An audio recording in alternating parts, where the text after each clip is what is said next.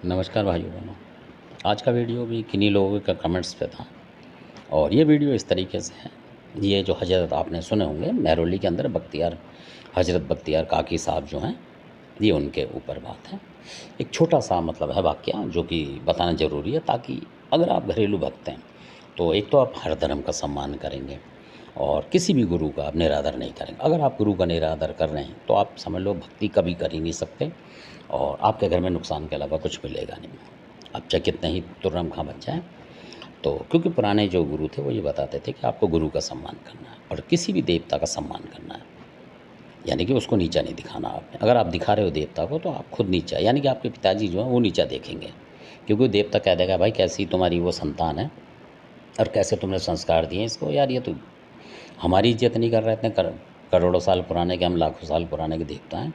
तो उन पिताजी को फिर झुकना पड़ता है और कई बार ऐसे ही चीज़ प्रभाव डालती है दूसरे घरों में, इसलिए। और अगर आप सही हैं, संयम से हैं और इज्जत से बात कर रहे हैं, किसी भी देवता की बात होती है आप सर झुकाते हैं, चाहे आपके यहाँ है नहीं है फिर भी आप मानते हैं उसका श्रद्धा भक्ति से, तो आप देखेंगे कि अगर वो देवता नुकसान करने भी आ रहा है आपका तो भी कम करेगा, क्योंकि उसके अंदर भी आपको देख के लगेगा कि बहुत मतलब ये अच्छा बंदा है, इसका नुकसान उतना होना नहीं चाहिए, या वो मौका देगा उतनी देर रुकने का, तब तक आप अपने देवता से उसको पकड़ लेते हैं। ये भी होती है, बिल्कुल गारंटी की बात है ये।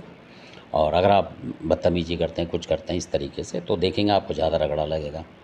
तो ये इस तरीके की बातें हैं। तो कुतुबुद्दीन साहब थे, जब वो जाते थे तो लोग हँसते थे उनके ऊपर, कुछ वहीं के लड़के उन्हीं के, तो हँसी मजाक ये वो मतलब कूद फांद करते थे। तो बख्तियार साहब कहते थे कि भाई कुछ इल्म भी सीख लो, तो उन्हें क्या ज़रूरत, वो हँसी में उड़ा देते थे कि मतलब कि देखा तेरा इल्म क्या है क्या नहीं, मतलब ऐसे करते थे वो उनसे, मतलब वो नहीं करते थे ख़ास। तो खैर कोई बात नहीं। कुछ दिन बाद उनका एक कोई मित्र था जो कि इस्लाम धर्म के लोग हैं, वो भी जानते हैं, वो पूरी अच्छी तरह बता पाएंगे इस बात को। तो कुतुबुद्दीन साहब निकल के जा रहे थे, तो वो कोई बीमार हो गया उन्हीं में से, मतलब या मतलब मरणासन हो गया। तो वो क्योंकि दोस्ती ज़्यादा थी तो वो रोने लगे, ऐसे करके ये करके उसको मतलब करके पानी पिला कहीं कुछ कर।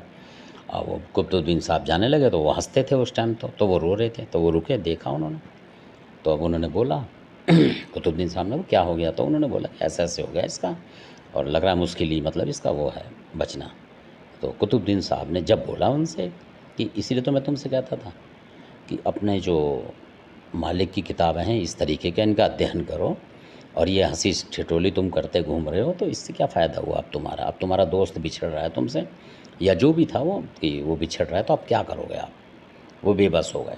तो कुतुबुद्दीन साहब आए, उन्होंने हाथ रखा, झाड़ा मारा, अपना मतलब फूंक मारी उन्होंने, जिसको दम कहते हैं इस्लामी भाषा में। उन्होंने दम करा और उसके होश आ गए, मतलब खड़ा हो गया। गलती मानी उन्होंने सब लड़कों ने कि आप ठीक कह रहे हैं, हमें मतलब बुजुर्ग जो हैं, बुजुर्गाना बोलते हैं उन्हें, कि आप बुजुर्ग जो आप शिक्षा दे रहे हैं, हमें हकीकत में ही बहुत नप के चलना चाहिए और सीखना चाहिए इन चीज़ों को, ताकि हम आपस में कभी भी दिक्कत आए तो हम एक दूसरे का मतलब हल कर लें। ये इस तरीके के वाक़या है ये, जो कि हदीस में है, और हदीस भी आपको पढ़नी चाहिए, तभी आपको पता लगेगा कि किस तरीके से जो बड़े-बड़े नबी और इकराम जितने भी थे, इन्होंने क्या-क्या चमत्कार दिखाए हैं।